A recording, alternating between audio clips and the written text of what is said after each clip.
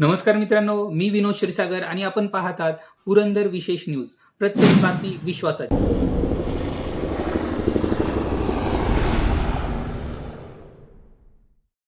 तर मित्रांनो, काल म्हणजेच 29 जून 2026 रोजी जितेंद्र डुड्डी म्हणजेच आपले जिल्हाधिकारी साहेब आणि त्यांची पूर्ण टीम यंत्रणा ही सासवडमधील तहसील कार्यालयामध्ये आले होते आणि बरेच शेतकऱ्यांचे त्यांनी प्रश्न मार्गी लावले. जसे की बरेच शेतकऱ्यांची केस चालू आहे जमिनीची, तर त्या सर्व केसचा न्यायनिवाडा इथेच म्हणजे तहसील कार्यालयामध्ये केला जाईल, अशा प्रकारे त्यांनी इथे व्यवस्था केली आहे.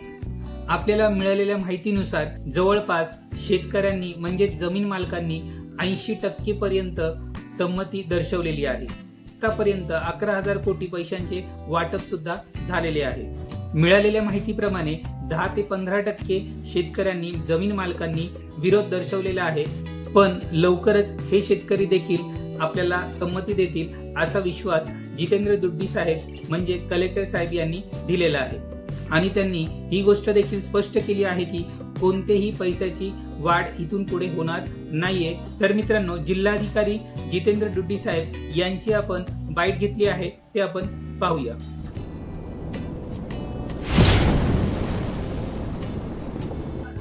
आज पुरंदर सासवडमध्ये सकाळीपासून पुरंदर एअरपोर्टशी निगडीत बरेचसे शेतकऱ्याचे बरेचसे विषय होते. त्याच्याबद्दल या ठिकाणी वेगवेगळ्या शेतकऱ्यासोबत संवाद साधला होता. त्याच्यामध्ये बरेचसे लोकांचे बरेचसे प्रश्न होते, न्यायिक प्रश्न होते, अर्धन्यायिक प्रश्न होते, काही सामायिक गट होते. त्याच्यामध्ये त्याचे प्रश्न ऐकून त्याचे बरेचसे विषयाचे तोडगे काढण्याचा प्रयत्न केला आणि त्याच्यामध्ये बरेच ठिकाणी आपण यशस्वी पण झालो.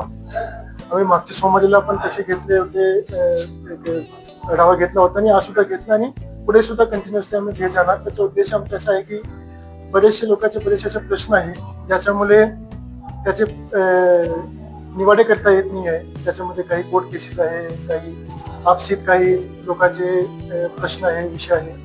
तर त्याच्याबद्दल आम्ही सर्व लोकांना सोबत बसवून या ठिकाणी त्याचे प्रश्न सोडवण्याचा प्रयत्न केला. सर्व एक्सरसाइज करण्याचा उद्देश आहे की हा प्रकल्प आपण करताना कोणत्याही माणसाचे कुठलेही पैशाचे ते कोर्टामध्ये नाही झाले पाहिजे. कारण कोर्ट जे निकाल देतील 5 वर्षानंतर किंवा जेव्हा कधी देतील 2 वर्षानंतर किंवा 6 महिन्यानंतर ते कोर्ट केसच्या प्रमाणे ते जर आपण याच ठिकाणी त्या लोकांचे प्रश्न सोडवले तर त्याच्या आधारावर त्या लोकांचे पैसे त्यांना तत्काळ मिळू शकतात आणि त्याचा फायदाही त्यांना होऊ शकतात. तर हा उद्देशाने आम्ही या ठिकाणी प्रत्येक सोमवारीला सर्व टीमला घेऊन बसतो आणि लोकांचे प्रश्न सोडवतो आहे. आणि याच्यामध्ये चांगल्या पद्धतीने समाधान शेतकऱ्याचं होते, त्याचा प्रतिसाद पण मिळत आहेत. आणि आमचा उद्देश हाच आहे की ज्या लोकांचे आमच्याकडे संमती येतील त्या सर्व लोकांचे पैशाचे त्याच्या खात्यामध्ये झाला पाहिजे. त्याचे कोणत्याही माणसाच्या पोटामध्ये पैसे नाही गेले पाहिजे. संध्याकाळीपर्यंत आमच्याकडे जवळपास 80% लोकांची संमती पण आलेली आहे. उद्या 30 जून पर्यंतची मुदत होती आणि मला असं वाटतं की उद्यापर्यंत अजून 5-10% लोकांची संमती येतील. कारण शेवटच्या दिवशी जास्त शेतकरी येऊन संमत्या घेतात. मात्र काही लोकांना असा संभ्रम असतो की माझी तरी संमती आहे पण माझे बाकी लोकांची संमती नाही आहे. तर त्याही लोकांना आम्ही संमती द्यायला सांगितलेलं आहे. आणि हा एक प्रकल्प या पद्धतीने करायची की 100% लोकांचे जे पैसे आहेत त्याच्या खात्यामध्ये गेले पाहिजे, कोणाच्या पोटामध्ये नाही गेले पाहिजे. या पद्धतीने आम्ही सर्व प्रयत्न करत आहोत.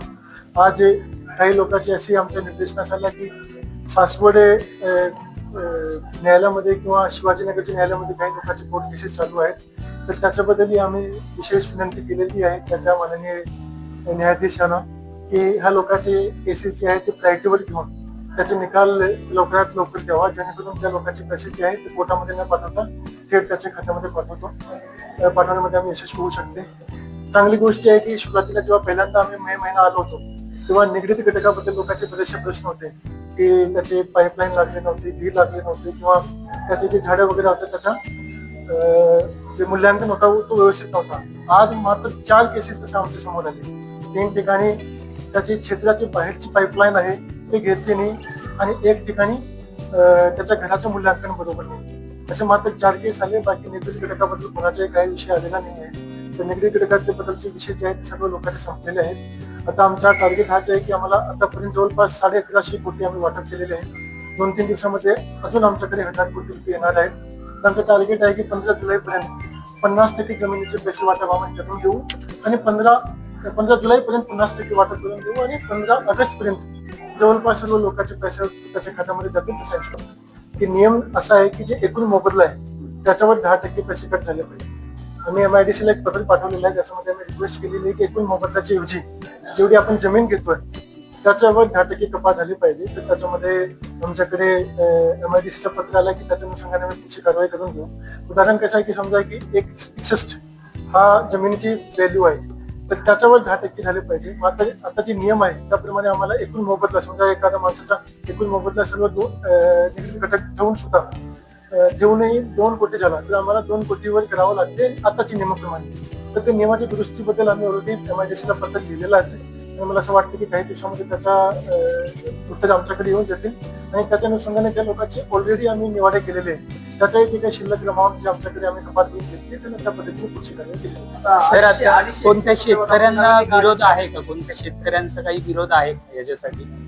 देखो याच्यामध्ये असं आहे की आतापर्यंत आमच्याकडे 80% लोकांची संमती आलेली आहे आणि काही ठिकाणी काही लोक जे आहे ते कोर्टामध्ये गेलेले आहेत आणि त्याच्यामध्ये त्या लोकांनी अजूनही आम्हाला संमती दिलेली नाही. मात्र मला विश्वास आहे की ज्या पद्धतीने पारदर्शकप्रमाणे काम चाललेलं आहे जवळपास सर्व लोक जे आहे ते संमती द्यायला येतील. काही आहे की ग्रामीण भागामध्ये काही लोकांमध्ये संभ्रम निर्माण केला जातो. आजही माझ्याकडे काही शेतकरी आले आणि ते म्हणत होते की साहेब मला वकील असं सांगतोय की तुम्ही शेवटपर्यंत काही देऊ नका ते शेवटी थांबतील त्यांना जास्त पैसे मिळेल. तर अशा प्रकारची संभ्रम चुकीची गोष्टी लोकांना सांगितली जातात आणि त्यामुळे ते शेतकरी जे आहे ते पुढे यायला थांबतात. पण असं काही होत नाही. आम्ही तेवढे लोकांना आता पैसे वाटप करतोय ते सुरुवातीला आले आणि म्हणून मी त्यांना पैसे कमी देणार आणि शेवटी त्यांना जास्त देतील तसं होत नाही. कारण सुरुवातीला आलं त्याच्यावर आपण न्याय करू शकत नाही आणि ऑलरेडी हे जे पैसे आपण 1/61 काढलेलं आहे 1,61,00,000 ते विशेष भाव म्हणून काढलेलं आहे. त्याच्यामध्ये आपण जे हायेस्ट रेट आहे ते काढून सर्व लोकांना देतोय.